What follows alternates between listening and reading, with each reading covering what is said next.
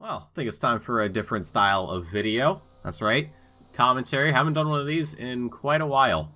The last time I got anywhere close to it was our Best of 2021 video, but if we're talking an actual legitimate commentary video, it's been probably the better part of a year or two since I've done it.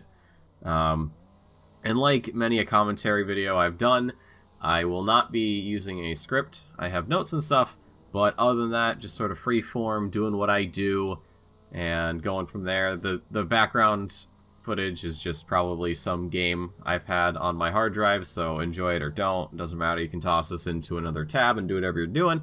There's not going to be much on screen. For those of you that don't know, though, a few weeks ago, at least when I'm recording this, I made and ran a Trackmania tournament. That was the 300 Follower Cup, which was to celebrate 300 followers on Twitch. I know for some people that might be a little bit ridiculous, but for me, I've always wanted to run my own, so I thought, hey, why not do it myself? And, you know, use 300 followers as like an excuse to do it, just because, like, why not?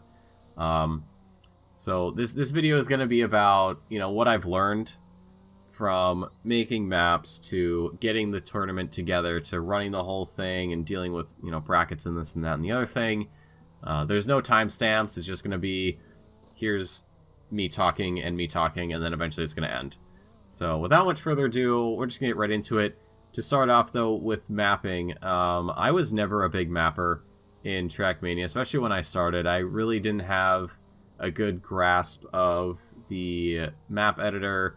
I didn't really understand a lot of things. I didn't know, you know, what made a map good or what made a map bad. I just sort of said, I'll make this as like a fun little thing, and then I'll forget about it. And kind of just, you know, went back to playing the campaign maps or maps that people had made. And I didn't really bother making my own maps because I didn't know. And I was like, well, I'm probably not going to be good at making maps, so I just won't do it. But with TM 2020, I decided, I'm like, you know what? I'm going to try to make some maps. I'm going to just see what, you know, what works, what doesn't, and kind of just go from there. And over time, I got a little bit better with every small map I made. I never made anything that I was going to release. It was just sort of a, hey, you know, just getting my feet wet, trying to do this, trying to do that, and seeing what worked, what didn't, and then refining it from there, so on and so on. But with this cup, I actually said, all right, I have to sit down, I have to make maps that I would enjoy driving, that I don't think are too ridiculous. For example, the first map I made, Uptown Showdown, that was just, hey, I want to make a map that's full speed. It was more of a NASCAR map, but it's full speedish. I don't know. It's a bit of both. I'm not good at making either of the kind of tracks. I just sort of do my own thing. But that track went through a few iterations before I got it right. Compared to ladder maps that I made, it definitely shows like, hey, this is my first, you know, actual official map. And, you know, I said, all right, you know, whatever. It works. Eventually, I had to make it again because I wanted to add more scenery, and because of the way the editor works, it doesn't know that I'm adding scenery. It just says, hey, you're adding blocks. I have to unvalidate this because you're changing things. And, you know, I wasn't going to use the map validator Mania Planet plugin. I was just like, no, I'm going to do this myself, and I did. But, you know, eventually I got that all sorted out. And then from there, it kind of just became making more and more maps. Another map that I was kind of proud of, well, not even kind of, but the change was immense. Mirrorum, the concept of the mirrored map obviously has been done before, but the original version was a lot different than the one we ended up with in competition. It was a lot more spacious in terms of where the road was, and you know, when I made it, I was happy with it, but eventually I took a look at it one day, and I'm like, I can do this even better. And I went back to the drawing board, and I made something completely different, and I was a lot happier with it. It was a lot more dense and stuff. My scenery, by the way, for those of you that have seen the maps, my scenery is terrible. I can't do scenery, I can't really do routes either, but that's besides the point. But yeah, no, the second iteration of Mirrorum I was very, very happy with. That was my first, like, tech track, quote-unquote, but, well, people quickly found out that there's some turns you don't really need to tech. You could probably do them, you know, full speed. with like a lift. But I think for the most part, people were able to tech it, which was good. A lot of great battles on there. Another map that really changed a lot was Leaps of Faith. So that was the first map I made for the competition. And the only surviving remnants of the very first iteration, which I called Flips and Flops for some reason. I don't know why. The start block, or the whole start where you just drive straight down, and then you have no steering, so you just PF all the way until you reach the second booster. That's all the way on the other side. The original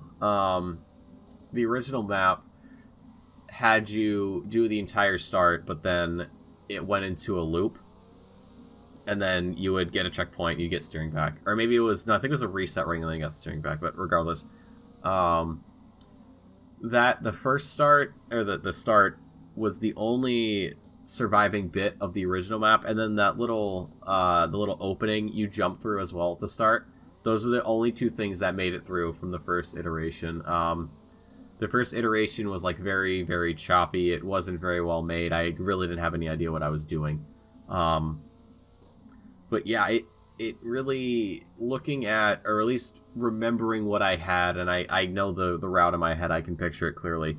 Comparing the first iteration of the map to the final one, I mean, it was a huge difference, and honestly, I was very, very happy with how it turned out, because had I released the original, I think it would have been awful. So that was a map that I was really, really happy with. Another map that made a few changes was Inside, Outside, In, so that was the multi-lap, and I will also be talking about this map later. There was, I don't remember what really prompted me to make it. I just thought, hey, I'm going to have 3 loops, and I'm going to have a road that runs through all of it, so I built the entire map around that. And in some regards, I kind of wish I didn't, because I had to make some weird changes that even I wasn't too happy with. But I made them because they were at least better than whatever I had before. And also, the entry to the loops, it was an unconnected road piece because what I wanted to do just wouldn't line up properly. And there were complaints about it, and some people were like, hey, I'm getting some weird, RNG flips that are ruining my runs. Can you please fix that? And it had happened to me once when I was testing it, but I thought, I had run over that same spot hundreds of times. It wasn't happening. But when you have multiple people saying, hey, listen, I'm running this, it's happening kind of frequently, I'm like, all right, I should probably go and change that. And I did, and I went in, and I just added like a magnet piece, and I'm like, there, is that better? And they're like, perfect. I'm like, awesome. Don't have to worry about it. You shouldn't be ruining, you shouldn't have your runs ruined because of RNG. And then looking at the other maps, mixing it up was one that was sort of a challenge for myself, because the original one, I tried to fit within, I want to say like 30 seconds, and it would be like 10 seconds for each road type. It was going to go, I believe it was going to be road into dirt, into sausage, into grass, and then back to road. So I know it's not like 30 seconds, but it kind of, the goalpost, quote unquote, moved. But what I ended up with, I think, was kind of, I liked it. I was kind of pleased with how it turned out. There was one part, kind of towards the end with the dirt, that was a little bit difficult, but for me, I was like, you know what, there are going to be people who are better than me playing in this, and I was 100% correct, and they figured it out very quickly. But yeah, mixing it up, it was, again, sort of a challenge. I was like, you know what, I don't want to make a map that's just one style. That's not just like one road surface. I want to do multiple road surfaces, and I did, and I was, again, kind of pleased how it turned out. Could I have done it better? Absolutely, I could have done it better. There are definitely some parts I would have changed, like the start, for example. With the road, I probably would have done something completely different, had I not been pretty much all set with what I wanted. But, hey, you live and you learn. Maybe the next time I do a cup, I do something different. And then the last one I want to talk about was Waterlogged. I don't know what really made me want to do that. I just said sure, and I started making it, and then I was like, well, you know, it's all in place, or it takes place in this big old box, so I thought, hey, why not, you know, go ahead and add some blue lights, and then it really looked good. Running it, I was kind of pleased with. I think overall I was really pleased with it. The only area that really gave me trouble was after there was a big jump that you went off of into a right-hander, and I tried to find a way to like bring it in like closer to the box so it didn't go as far out, but I'm like, you know what, I'm not going to be able to figure it out. I'm not going to be able to find a way to do this. I'm just going to leave it as is and call it a day. And you know, could I have done that differently? Yes, absolutely I could have done that differently. But, you know, everything I kind of tried didn't really make sense, and especially at the speed you were going, I'd have to completely change it. And again, at that point, I'm like, I have what I need. I don't really want to change anything, and I'll just deal with it later. But yeah, I think overall, I was pretty satisfied with the maps. Uptown Showdown actually will be most likely making a return at some point. I may redo it. I might revamp it a little bit. Maybe change a few turns, maybe, you know, definitely change the scenery up, absolutely. Just a complete overhaul of everything once I actually get better at scenery and whatnot. I know I have some, like, city-related custom blocks, and I might use those. But yeah, for the most part, Uptown was one that people really liked, and also really didn't like, which was good. Well, actually, that's a lie. I'm looking at the spreadsheet I have right now. And on least favorite track, Uptown does not show up at all, so that's a plus. Although Mira was one of the least favorites, but it's whatever. So another thing I want to talk about was the running of the whole thing. So obviously I had all the names, and I made the brackets. And what I did was I went into one of those bracket generators, and I just said, all right, you know, throw it in there, see what happens, and then make it from there. That's what I did. And because of the odd number of participants, there were some 4-man groups, there were some 5-man groups, and I've experimented, and I thought, oh well, you know, what if I like let certain people through to have like a buy round? Like there were a couple of like high profile players, and I'm like, well, what if I let them, you know, go through? Would that change anything? And you know, it caused more issues than it was worth. So I'm like, no, I'll just leave it. But that in and of itself really caused some problems. I did put out a post cup survey for the participants, and I got some really good feedback about it. Someone here says it's we had to play a 5-man round with the same reparations as a 4-man round plus 2 slots to continue. That was another thing. It was basically going to be a 4-man game with 2 people moving on, you know, kind of standard competitive ruling. And then, but when you get to the 5-man round, so now it's like, well, do I let 2 people through, or do I let 5 people, or let 3 people through? So it was kind of weird to work with everything. You know, especially when there's like money on the line, and that caused some frustrations, and I completely get it. It also was a bit of an issue when people would drop out of the competition, either before or like during it, because that would, you know, cause a few issues. Because then it's like, all right, well, now I got to restructure everything, and I got to be like, hey, you know, can you play in this bracket, because I'd rather not have just 2 people there, because that'd be weird. And, you know, for the most part, people were flexible, which was great. But that does lead into the next point, being timing of everything. When I dropped the trailer, or I shouldn't say trailer, I should say the map reveal, the map showcase, as well as all the information to sign up, I had already made it, and I had it rendered, and I had it uploaded, and it was sitting there on my hard drive, or it was sitting on the YouTube manager thing, or whatever it is. I don't remember off the top of my head. But the when I got the new car skin, because Meekat made the first car skin, and then he made the second one. The first one ended up just being like, hey, here's like a car skin in the club, you can use whatever. But the second one was like, hey, this is the one you get to use if you win. So I had to go back and I had to change it. And the thing was, I had never planned when I was gonna actually close the registrations.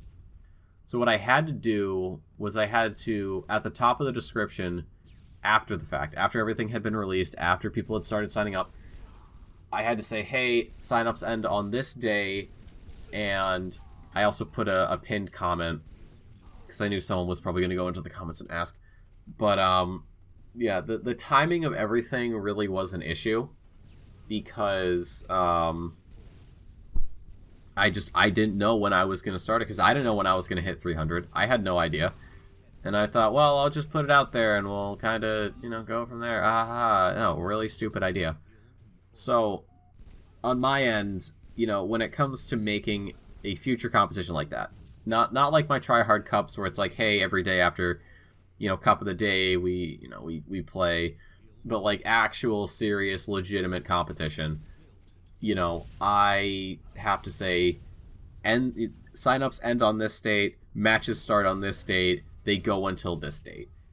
I didn't do that until after I had uploaded everything. I said, oh, signups end on this date, and the matches are going to start the following Monday. Kind of stupid on my part. With my little feedback thing here, someone did mention that. This person says, and I quote, "This is a quote never seen in my life format. Like this one, it's really hard to ask people to be present for a single match every day during almost an entire week. And plus, most people were in EU, so they're either working or they're like doing school. This person thought it was going to be done in a single evening, which obviously it wasn't. With the number of people, I could have done it, but part of me was like, no, we can space it out. Give people some time to practice a bit more, and then go from there." And again, this all ties back to the whole I didn't have timings for everything down. So, yes, on that note, I could have absolutely done that. And again, in the future, when it comes to these very serious formats, I absolutely will be saying, hey, listen, signups are until this date, matches start on this date, the competition goes from here to here, and from this time to this time, we'll make it work, we'll try, we'll see what we can do. The other thing that people were not too thrilled about was the point reparations I had. I believe the points I had set up was 10, I think it was 10, 8, 5, and 3, which for some reason I thought was like the standard, like what everybody used when it comes to these like solo competitions. And it wasn't until embarrassingly enough, the finals, where I was like, hey, should I do 10, 7, 5, 3 or 10, 6, 4, 3? And people were like, please do 10, 6, 4, 3, because what was happening was you couldn't really build a gap to another player, and we actually saw this play out in, I believe it was the semifinals, with Marius and I think it was Yurka, where these two they ended up on Uptown Showdown, and Marius had a chance to move on. But the problem is that he didn't really have Uptown Showdown, like, down pat or anything. He kind of struggled on it. And I can understand in competitions where you end up on a map that you really don't like, and you struggle through all of it, and you're thinking more of, I just need to get through this map. I need to just get to the end of this, however many rounds it is, and just get on to the next one. But when you're in finalist mode, it's less about just doing that, and you're thinking about, oh, well, now I gotta win a round. And we saw, and if it wasn't Yurka, it was someone else, but the other driver eventually catching up, getting finalists, and then winning. And Marius was, he really wasn't happy with that. And